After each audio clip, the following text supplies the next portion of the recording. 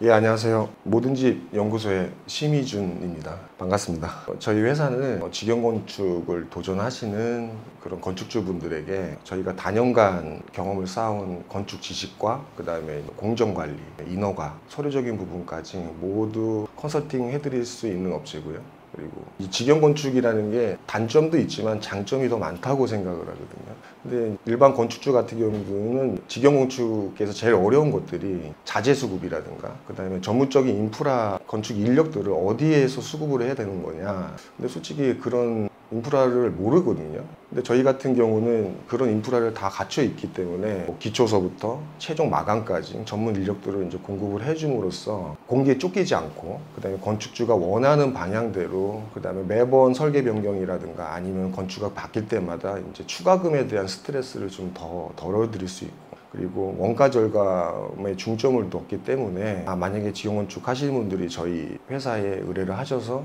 만약에 컨설팅을 받으시면 아마 금액적인 부분도 많이 이득을 보실 거고 그 다음에 또 더 견고하고 기본에 충실한 주택을 지을 수 있을 거라고 저는 생각을 합니다. 직영 건축을 하게 된 첫 번째 이유가 이제 자금적인 면에서 이제 나가지 않을 금액 같은 거를 줄일 수 있는 게 장점이 있더라고요.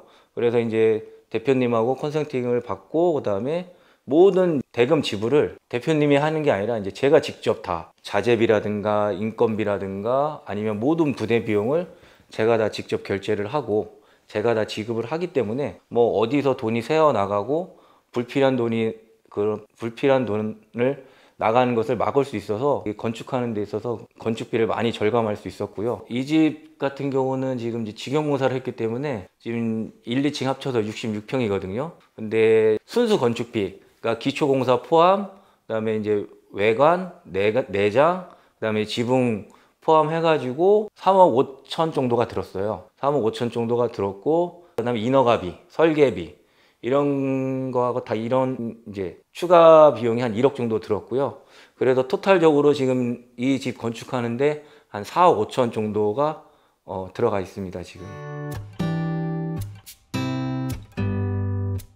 일단 현관은 현관의 기능에 충실했고요. 건축주분들이 워낙 대가족이다 보니까 일단 수납장을 제일 많이 좀 구성하길 원하셨고 근데 수납장을 이쪽 벽면까지 하다 보면 너무 답답하실 것 같다고 하셔서 한쪽은 이제 반 하프만 구성하시고 한쪽 벽면은 이제 다 모든 수납장으로 다 구성하셨고 그리고 보통 요즘에 이제 센서 등을 많이 쓰는데 여기는 아예 라인 등을 이제 설치를 해서 센서는 이제 매립형으로 그래서 감도는 최소한 조절할 수 있는 센서기예요. 그래서 감도는 언제든지 조절할 수 있는 거니까 좀 민감하게 반응한다라면 좀 센서를 좀 줄이면 되는 거고요. 그래서 여기 현관은 기본적으로 나머지 부분도 보통 사람들이 신발 신거나 할 때 벽을 짚거나 할 수 있거든요. 했을 때 보통 많이 쓰는 게 타일인데 이쪽도 내부에 쓰인 콜렉터 월을 사용을 해서 오염 방지를 일단 방지했고 일단 수납으로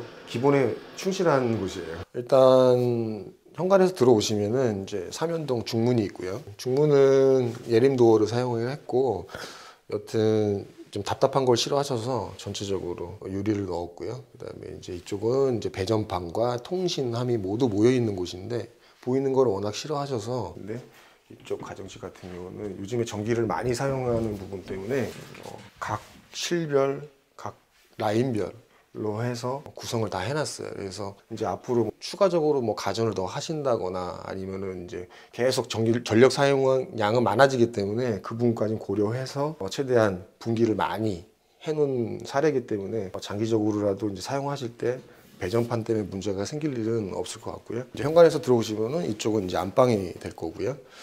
바로 안방 옆에는 2층으로 올라갈 수 있는 계단실. 계단의 이제 한 부분은 또 빈 공간이기 때문에 잡다한 이제 수납 공간을 넣을 수 있는 공간을 만들어 놨고 바로 또 입구에는 이제 공용 화장실, 샤워도 할 수 있는 공용 화장실이고요. 이쪽은 벽난로.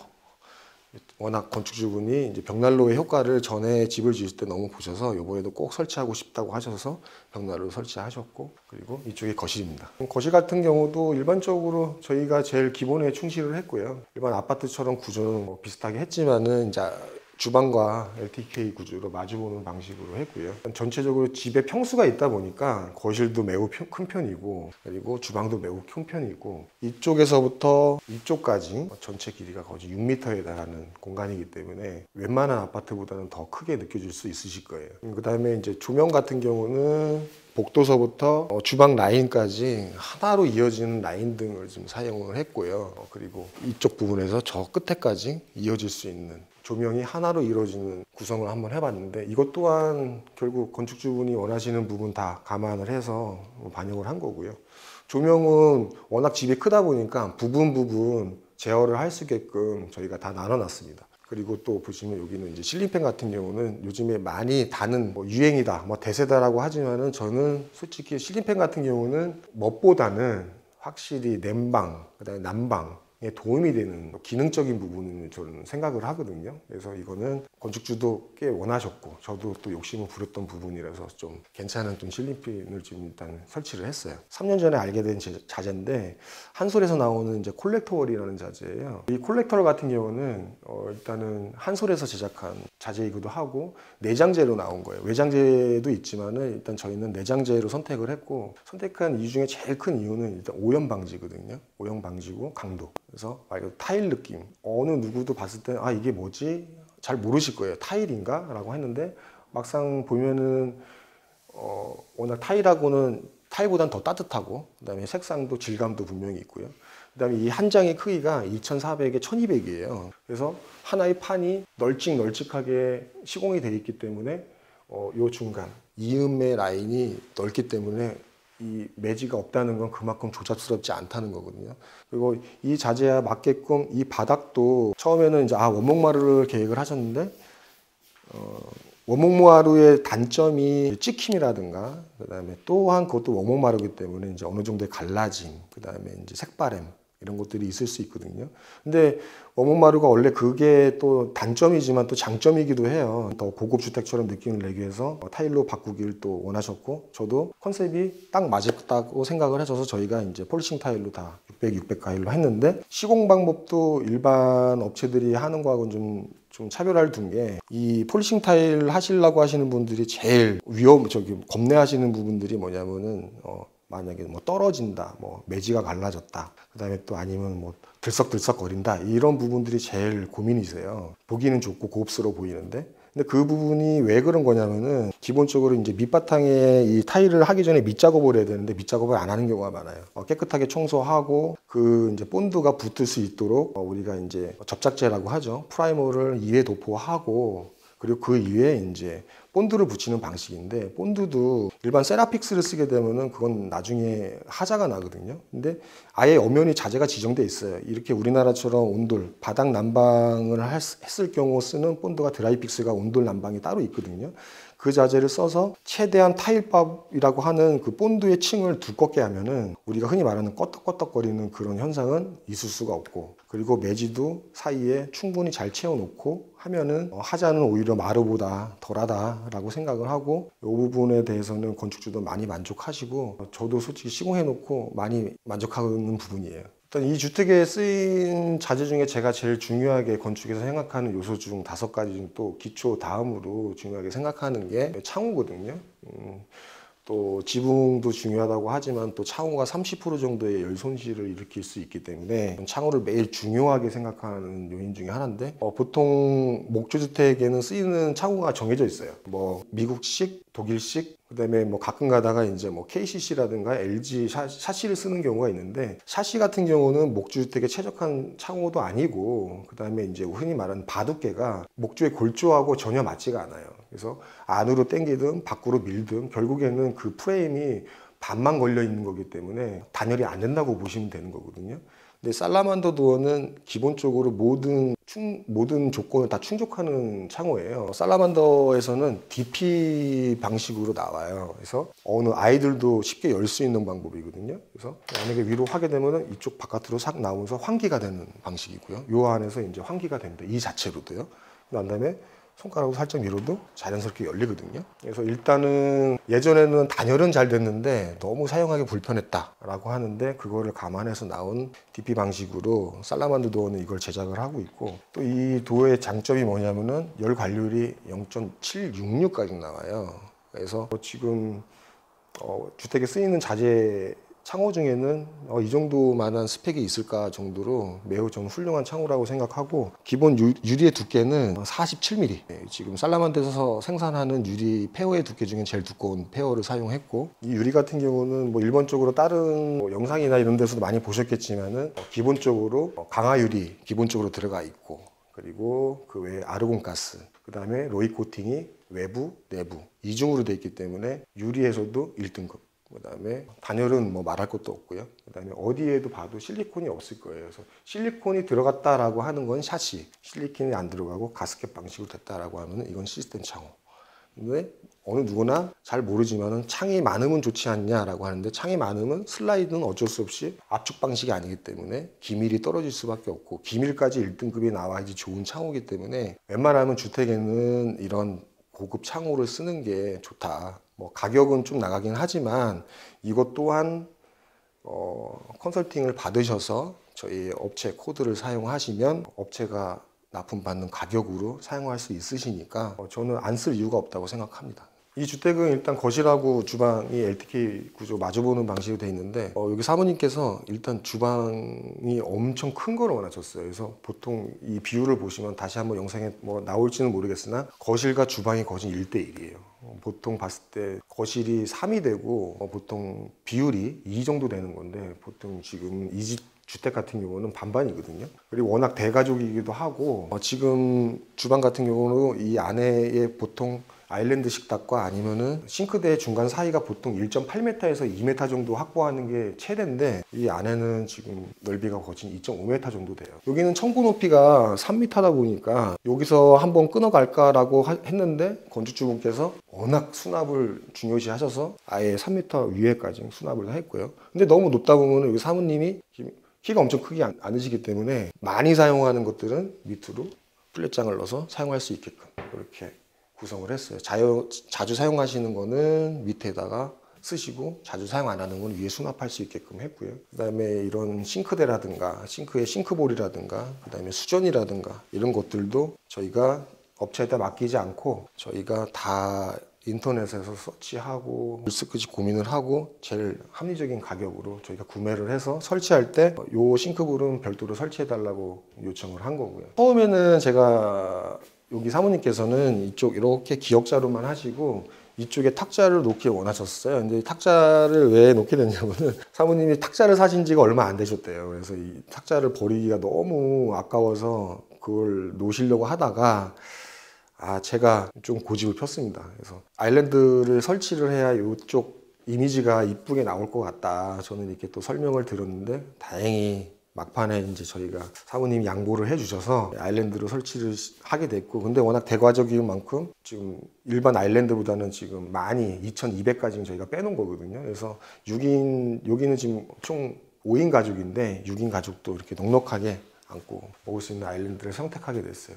주방에 뭐 의견은 사모님의 의견이 제일 많기는 하지만은 이제 이 부분은 또 금액도 금액이고, 기존에 냉장고를 갖고 오시려고 했는데 새 집인데 냉장고를 새 거를 가자라고 제가 제안을 드렸고, 요즘에 이제 빌트인이 대세라기보다는 우리는 마감을 보거든요. 이제 마감을 봤을 때 보통 장의 깊이는 딥은 650이란 말이에요. 근데 650의 장을 놓고 우리가 기존의 기성의 냉장고를 놓게 되면은 최소 못해도 25cm에서 30cm가 튀어나오거든요. 어디든 다 볼 수 있는, 어느 가정집을 가도 다 냉장고가 장보다 나와 있는 걸 보실 수 있을 거예요. 그러면 또 그 냉장고에 맞춰서 수납장을 더 깊게 하면 되지 않냐라고 하는데, 그러면 또 내부 공간이 좁아지는 거거든요. 그리고 이 수납 공간이 900처럼 깊어진다면은 그 안에 물건을 꺼내 쓰기에는 너무 힘들고, 그러면 우리가 기본 650장을 유지하면서 할 수 있는 방법은 솔직히 빌트인밖에 없거든요. 그럼 빌트인 가전 같은 경우는 이 기본 우리의 깊이와 맞춰서 나온 가전제품이기 때문에 저는 좀 사모님한테 이걸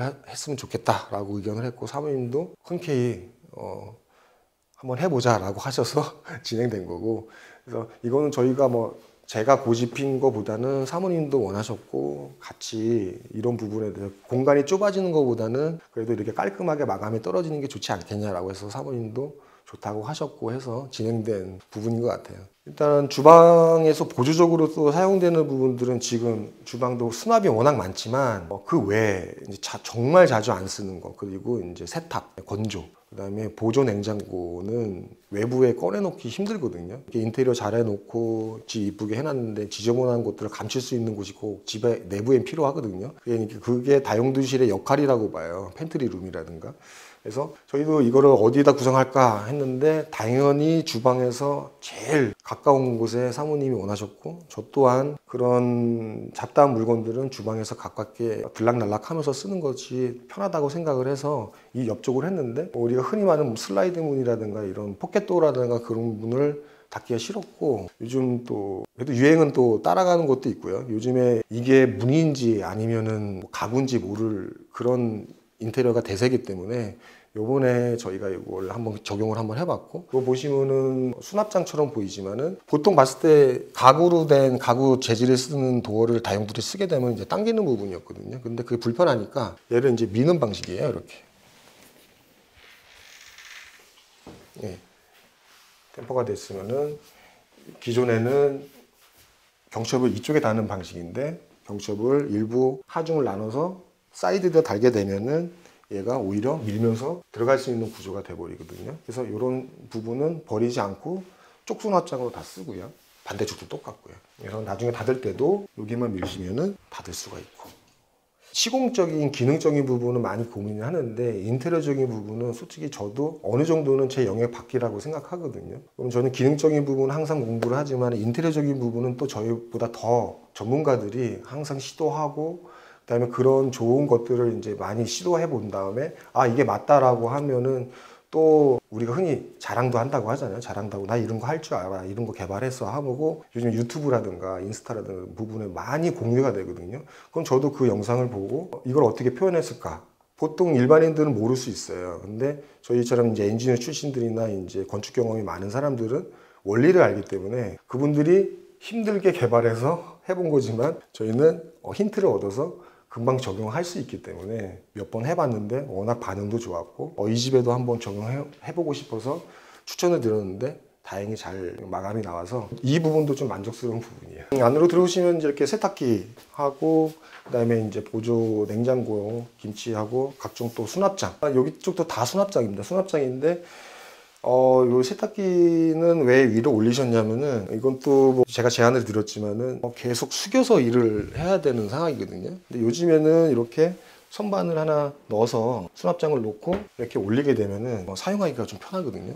이렇게 꺼내서 옆으로 놓기도 하고, 여기 아직 지금 건조기를 지금 안 들어온 상태인데 건조기를 놓게 되시면은 이렇게 옮겨 담기도 편하고 허리를 숙이지 않을 뿐더러 오히려 좀 작업이 용이하니까 요즘 좀 트렌드는 또 위로 쌓기보다는 또 옆으로 놓는다는 개념이 좀 분명히 좀 있는 것 같더라고요. 그래서 이 부분도 이제 사모님의 의견을 좀 많이 반영해서 했고요. 다용도실이라고 해서 또 싼 마감재를 썼냐? 그렇지 않고 이 내부도 다 벽지 없이 다 콜렉터를 다 100% 써서 오염 방지를 하고 유지보수가 잘 될 수 있게끔 구성했고, 그 다음에 여기 다용도실 여기 끝이 아니고요. 이쪽에서도 또 더 지저분한 물건을 또 숨길 수 있는 거를 만들어야 되기 때문에 이쪽은 이렇게 팬트리룸을 또 만들었어요. 그래서 지저분한 물건들은 또 여기 쪽에 다 수납을 하시고, 그다음에 이쪽에서는 세탁, 그다음에 또 수납, 그다음에 보조 냉장고 기능을 하는 다용도실을 만들어 봤습니다. 여기도 조명도 똑같이 외부랑 동일한 라인 등으로 선이 연결되는 등을 매립을 했고요. 이런 부분들이 이제 좀 아쉬웠던 게, 다용도실이니까 대충 벽지 놓고 타일 몇 장 붙이고 그리고 등 그냥 뭐 한 몇만 원짜리 그냥 하나 달고 끝인데, 지금 그러기엔 너무 아쉽고, 이쪽도 하루에 몇 번을 들락날락 하는 공간이라고 생각을 해서 이쪽도 하는 김에 정비 구성도 이렇게 하고 좋은 마감재 쓰자라고 했는데 사모님이 또 그렇게 해주신다고 하셔서 진행을 한 부분이에요. 여기는 이제 공용 욕실이고요. 공용 욕실 같은 경우는 뭐 일반적으로 뭐 샤워보다는 이제 손님들 오셨거나 아니면 1층에 이제 있을 때 사용하는 욕실이라서 뭐 엄청 뭐 꾸미진 않았어요. 기본 사이즈예요. 기본 사이즈에 변기, 그리고 세면대, 그리고 샤워기 딱 기본 세팅만 했고, 이런 이제 선반이라든가 이런 부분들은 요즘에 많이들 쓰시는 졸리 커팅 그래서 이제 우리가 제일 보기 싫어하는 그 코너 마감재라든가 스틸 마감재 이런 PVC 마감재는 아예 뺐고요. 기본에 또 충실한 욕실이에요. 예. 예, 이쪽은 안방이고요. 안방은 건축주분께서 그냥 잠만 자는 곳이다 해서 크기는 그렇게 크지 않아도 된다. 그냥 침대 하나 그리고 TV 정도 볼 수 있는 그 앞에 공간 그리고 이제 화장대 정도만 구성을 하셨는데 일단 이쪽도 거실의 높이와 동일하게 높이를 낮추지 않았어요. 왜냐하면 이제 개방감은 이 1층의 컨셉이기 때문에 거실과 모든 공간은 동일하게 3m에 다 맞춰놓은 높이거든요.